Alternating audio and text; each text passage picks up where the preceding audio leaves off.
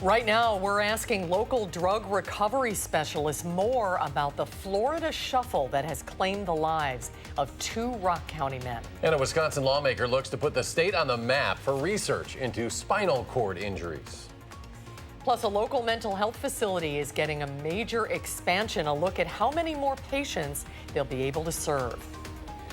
From the Channel3000.com Alert Center, this is News 3 Now at 6. We're asking new questions tonight about the so-called sober homes where 2 Rock County men recently died. The families from our area sent the men to South Florida for treatment to tragic consequences. Rock County reporter Adam Duxter has been following this from the start and joins us now with why even people here in Madison are very familiar with the Florida shuffle. Adam? Yeah, well, Eric and Susan, I spent the majority of today making calls to Florida. I called the sheriff's office, I called the sober homes, I even called the local paper, hoping it would bring me closer to an answer of the conditions leading to Nick Graves and Seth Strickland's deaths earlier this year. What I learned is that the Florida shuffle can be tough to track. Mark and Joyce Strickland are now left to sift through the belongings of their 23-year-old son, Seth. Very caring, charismatic, loving. A week ago, Seth died of a heroin overdose after he left Janesville months before to live in West Palm Beach, Florida, at this place called Ivernia Station. It was the place Seth's parents were promised would get him clean. They assured us that this was the place for him. This is where he would find his sobriety. And we were all but given a promise that they would straighten him out. Brooke McKern has a similar story. Her son Nick traveling from Beloit to Lake Park, Florida, to this one-story house which calls itself Sober Solutions. On the surface, it looks like a great option. It looks like it's the place to go when you're recovering. But those who work in drug recovery like Sky Bauman say places like this were created after loopholes in the ACA allowed people to take advantage of insurance money. Some of the places that popped up were very unscrupulous and really took advantage of people. Today, I tried calling both homes. Ivernia Station told me they can't disclose any information about anything because of HIPAA laws. Sober Solutions didn't pick up the phone any of the times I tried calling. Florida State Attorney Dave Ehrenberg says he's aware of these homes and that they exist not to get people clean, but to make money. You have some rogue operators, bad actors who are taking advantage of people at the lowest stages of their lives, and this feeds on itself, and that is the Florida shuffle. Bauman says she's seen the shuffle firsthand and wasn't surprised to find, while both homes are still accepting new patients, they're not answering why old ones are no longer alive. It is heartbreaking to see people take my life's work and to see people twist that into taking advantage of my community and often causing their death. I can't even fully explain how that feels. Yesterday, we talked about how these homes aren't monitored or supervised. They've been known to offer current patients money to recruit their friends. You can find all these details at Channel3000.com. But tonight, Bowman says for a family going through addiction, ask questions and use resources like the Wisconsin Association of Sober Homes to decide where to send your loved ones. Such important information. Adam, thank you. New at 6, Children's Hospital of Wisconsin officials say 8 teens have been hospitalized with seriously damaged lungs after vaping. That number is from July alone. Those patients have gotten better after treatment, but since these products are so new, the long-term effects are unknown. Health experts say continued exposure to the chemicals in vape products could lead to more serious health issues like chronic obstructive pulmonary disease, or COPD, a permanent condition which makes lungs less effective at transporting oxygen. We'll hear more from a doctor at UW Health coming up tonight on News 3 Now at 10. The man who kidnapped Jamie Kloss and murdered her parents has been moved from the Dodge County Correctional Institution in Waupun to a prison in New Mexico. Jake Patterson is serving life in prison. Wisconsin corrections officials recommended that Patterson be sent to a maximum security prison out of state due to security concerns because of the notoriety of the case. To weather now, hot weather and humidity set to return tomorrow. Let's check your first alert forecast with meteorologist Dave Caulfield. Dave? Eric? Eric. Temperatures will rise into the upper 80s. Could feel like the low 90s at times once again this weekend after being spoiled with some nicer summer weather over the last couple of days. And today, no different. A pretty classic summer day across southern Wisconsin. High-resolution Doppler still showing that batch of showers and thunderstorms across portions of southern Minnesota and northern Iowa. Starting to fall apart generally. There are some stronger parts of that batch, but I really don't think that will affect southern Wisconsin as we head into tonight. Maybe a few sprinkles closer to the state line. Platteville on our Queen Bee Radio Skycam looking at partly to mostly cloudy skies. Temperatures are still in the upper 70s and low 80s across much of the area. Dew points are starting to be a little bit more uncomfortable as that humidity slowly but surely makes its way in for this weekend. Your day planner for the rest of tonight into tomorrow. Temperatures will fall through the 70s into the 60s. It will be comfortable overnight, so this evening still should be rather nice. And then as we head into tomorrow, highs in the upper 70s, closer to 90 degrees by the end of the weekend and start of next week. We'll talk more about that warmth and humidity in your forecast in just a few minutes. Dave, thank you. Developing tonight, City of Madison officials confirm foam used to put out fires at the downtown utility substations last week did in fact contain PFAS. That's a chemical that can decrease female fertility and lead to lower birth weights. 2 days ago, Madison fire officials told News 3 Now that according to the foam's manufacturer, their product was not linked to those chemicals. But after testing soil, water, and groundwater in that area, city officials confirmed they have in fact found evidence of PFAS. If getting around the downtown area wasn't enough of a hassle already, part of East Main Street could be closed for the next 2 months while crews clean up after last week's explosion. Danica Lewis is live about a block away at Bree-Stevens Field with more. Danica? Things very busy here, Eric, as you can imagine. We have bodega nights going on and busy as well at that site where the American Transmission Company is working to clean up. And they say it could take up to 2 months to extract all of the insulating fluid and water left behind by that incident at the MG&E substation. And meanwhile, for all of us, that means yet another road closure to Dodge in this neck of the woods. Bree-Stevens has about 13 soccer matches, concerts, and other events over the next couple months that could all draw thousands of people. The president of Big Top, which runs things here at the stadium, says they already send a detailed parking plan to anyone buying tickets to any event, laying out 2,000 spaces within a 4-block radius.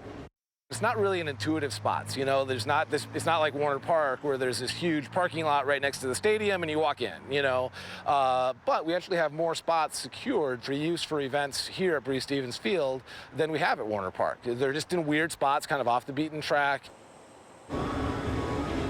Keep in mind that the Sylvie, just around the corner from that work on East Main, has about 14 shows over the next couple months. But Vern Stenman, who you just heard from there, assures me that even when there's a home game for Forward Madison on this field below me and a show at the Sylvie, which is happening on this Saturday night, that there are still spots available at that new city-run garage on Livingston, very close to here. So I guess the moral of the story, Eric, pack your patience, give yourself a plan, maybe bring some extra cash to pay for some parking if you don't want to deal with that hassle. Yeah, that area of town has become a real hot spot. Danica Lewis, live Bree-Stevens Field. Danica, thank you. More than 10,000 people in Wisconsin live with a spinal cord injury. A new bill being proposed by Representative Jimmy Anderson is asking for a $10 million grant to aid in research to help find a cure for paralysis. Maxwell Raymer is someone who would benefit from this bill passing. He was paralyzed from the chest down after a diving accident when he was 18. Now 20 years old, he's hopeful that one day he can take back his life when a cure is found. We asked him what it would be like if this bill passed. Oh my God, I don't even know. I probably wouldn't be able to frown. Like, just every day I already do wake up and feel blessed that I'm not in one of the more serious conditions. That's something that I wake up every day and I think to myself, wow, this could be a lot worse.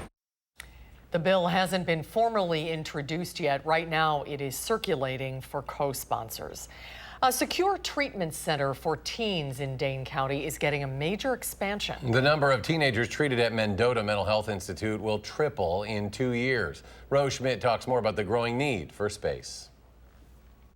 Here at Mendota Juvenile Treatment Center, psychologists are treating teenagers who come from some of the worst circumstances. And now plans are on track for an expansion project that could treat even more. And there is no magic. No spells, no secret sauce to what Dr. Greg Van Rybrook does. What there is instead is a lot of work. At the Treatment Center for Teens, that's part of the Mendota Mental Health Institute on Madison's north side. We will develop more treatment along the lines of what we've been doing for the last 25 years. 25 years with what he says is a one-of-a-kind approach to treating teenage boys who were abused and neglected and come to Mendota through the judicial system or county referrals. It's far more than being truant in school and that sort of thing. Their lives are really wobbling significantly, and usually there's a pattern of very serious behavior before they would come here. Currently, the facility houses 29 teenage boys, but Governor Tony Evers signed a state budget this month approving $59 million to expand. And this is sort of the living space. Adding 30 new beds for boys and 20 new beds for girls. And we have not had girls here at Mendota in the juvenile population since the Juvenile Treatment Center opened in 1995. So that's a huge change.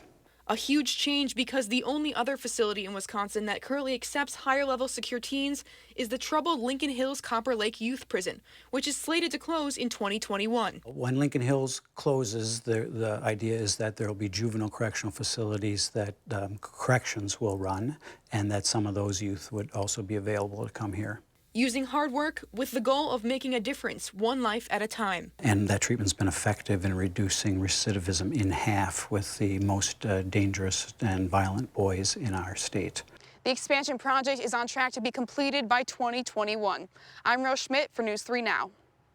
And as part of the expansion project, more staff and a new building will be added, as well as more therapy space and other facilities. Nearly 100,000 people are expected at this year's Sunflower Days at Middleton's Pope Farm Conservancy. It starts tomorrow and runs through August 4th. Visitors can see more than 500,000 sunflowers in full bloom in a 9-acre sunflower field. Due to large crowds and safety concerns, the event was canceled last year. Now the town of Middleton has hired race day events to help things run smoothly. We have ticket and shuttle information. That's another change this year. It will cost $4 to see the sunflowers. You can find all that information on our website, channel3000.com. And next at 6, we're taking a look at a cutting-edge helicopter debuting at EAA Air Venture in Oshkosh this week. And the world's largest operating steam locomotive is rolling through Wisconsin. More on Big Boy's legacy when we come back.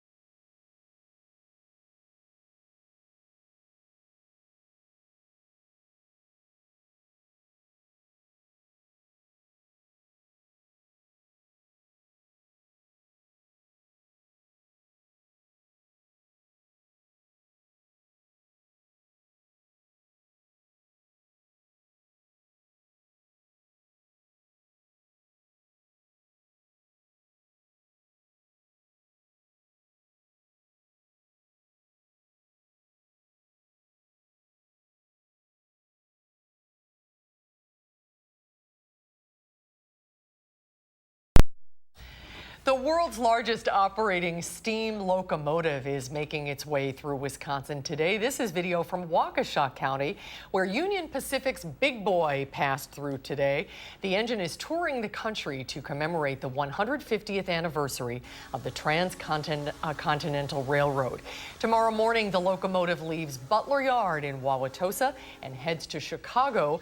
We have a link to an interactive map if you'd like to track Big Boy on channel3000.com. And in Oshkosh this week, the Experimental Aircraft Association is debuting an electric helicopter. It is a game changer for companies moving products and people around. About 170 companies worldwide are working to perfect the design here, including technologies like glider systems for a safe landing if the power system dies. That sounds like a rather important feature. A company called Illuminati plans to try breaking the world record for keeping an electric helicopter in the air. It plans to stay up for longer than 40 minutes. Susan, you should go take a spin in that one. AirVenture. All right, 1 year after historic flooding caused more than $200 million in damage all across Wisconsin, people who live along Madison's lakes are still on edge about what's next. Toffer Christensen is one of those people. His property butts up against the Monona Bay.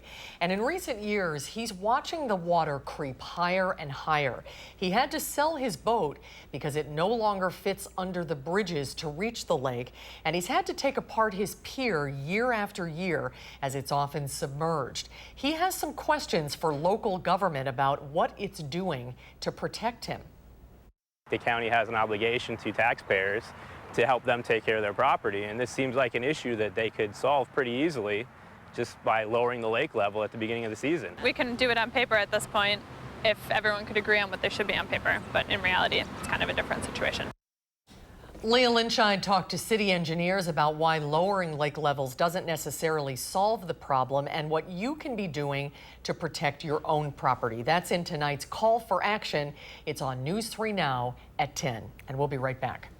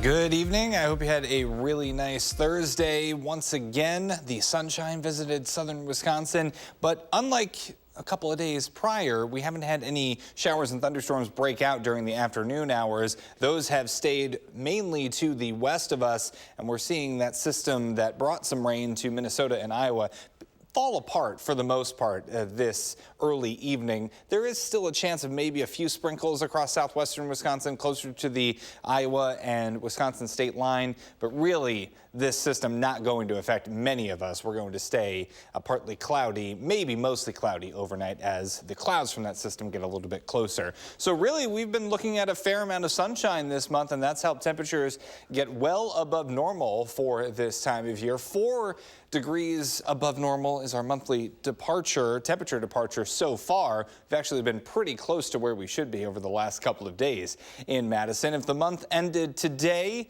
it would be the 12th warmest July on record in Madison, and temperatures will be getting warmer as we head into this weekend. 82 right now in Madison, 78 in Juneau, 84 in Boscobel, a little bit cooler closer to the Mississippi River Valley. Dubuque and Platteville coming in the upper 70s. Dew points are in the low 60s, so that's starting to feel a little bit of that humidity in Madison, but we can definitely feel more humidity closer to southwestern Wisconsin, where those dew points are in the mid to upper 60s, and those will be more typical dew points as we head into this weekend as the humidity increases just a little bit as well. Madison on the Edgewater Skycam, looking at mostly sunny skies right now. A pretty much classic summer day across southern Wisconsin on this Thursday. 83 degrees the high temperature, so just a little bit above normal for this time of year. Temperatures will be getting into the upper 80s as we head into this weekend, but another comfortable night ahead of us. Partly cloudy skies and temperatures in the lower to middle 60s for tomorrow. Could feel like the low 90s at times, more humid and very warm. Temperatures are sticking around throughout the next couple of days. So on Future Track, the clouds on the increase overnight. I don't think many of us will see really any measurable rain showers from anything that is off to the west. We'll be in the upper 80s for tomorrow with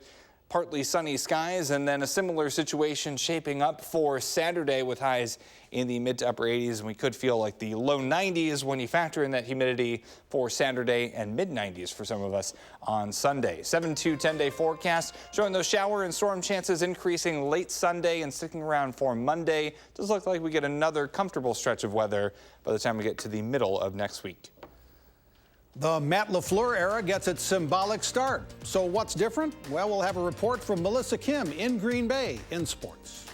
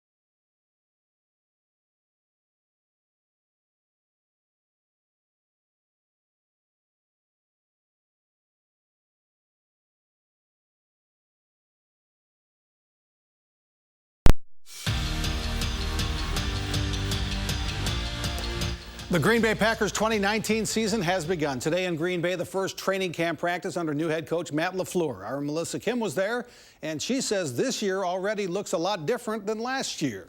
Well, it's definitely a little bit of a different feel here on the first day of Packers training camp this year. No Randall Cobb, no Clay Matthews, and as of yesterday, no Mike Daniels. Some noticeable differences both on and off the field. I saw Mike on the way in and talked with him briefly. Had no idea. And then next thing you know, I got a text from somebody that Mike was getting taken upstairs. And kind of, when you say that, like so-and-so just went upstairs, you know what's happening. Me, Dean, and Kenny were talking about it the other day where it's basically us three from our rookie year that were playing on defense at that time. And it's crazy to think about, and kind of moving forward, we just know that things are refreshing. Just like everyone knows, this is a business. Chalk it up to the tempo out here on day one. Matt LaFleur picking up the pace and telling the Packers, we got to move faster. It's about us setting standards and just how we operate as a football team. One of the things that I hit on at the end was just urgency from drill to drill. I felt like there was a little lag out there a little bit. With offense like this, it's pretty complex, so it's going to take a little bit of time. I think getting some practice runs, some live stuff in preseason is going to help as well. So it's going to be a process, but I think we're moving at a pretty good speed right now. And speaking of moving a little bit faster and picking up the pace, Coach LaFleur definitely practices what he preaches, because he was out there on the field today helping the wide receiver corps with drills, even though he still has a walking boot on his left foot. At Lambeau Field, Melissa Kim, News 3 Now Sports. The Brewers have the day off. They'll begin a big series with the Chicago Cubs at Miller Park tomorrow night. The Brewers are expected to bring Travis Shaw back from the minors to replace Yuli Chassin, who's headed to the injured list. The Brewers are 2 games behind the Cubs in the Central Division standings, but now the Cubs aren't alone in first. The St. Louis Cardinals now tied for the lead. In Pittsburgh this afternoon, Paul Goldschmidt, 22nd homer this season. The Cardinals won their 5th straight, 6-3 over the Pirates. So it's St. Louis and the Cubs tied for first place in the NL Central Division. The Madison Men's City Golf Championship began today at Cherokee. Carl Hotman, the only guy to shoot par. His round of 72 gives him the lead after the first round by 1 shot over Tony Vant, Eric Goldapsky, Patrick Murphy, and Alex Primo. The second round is tomorrow at Hawks Landing. And here's how you arrive in style for NFL training camp. Bears running back Tariq Cohen showcased his souped-up 3-wheel motorcycle. It's made by Polaris. It's called the Slingshot. It's custom made with all the bells and whistles for Cohen, who's now the Bears' featured running back. By the way, a slingshot like that will run you between $40,000 and $50,000. That's technically a motorcycle. Looks safe the way he's weaving in and out of bicyclists and Exactly. pedestrians. Yeah. Oh, boy. All right, final check of the forecast. Yeah, temperatures will be pretty comfortable tonight. As we head into this weekend, will be a little bit warmer and more humid. I don't think we'll see any rain showers, or at least widespread rain showers, until we get into later on Sunday and Monday. That's when our rain chances go up, but more comfortable temperatures on the way for the middle of next week. All right, Dave, thanks. Thanks for joining us for News 3 Now at 6. Have a good evening, everybody. Hope to see you back here tonight at 10.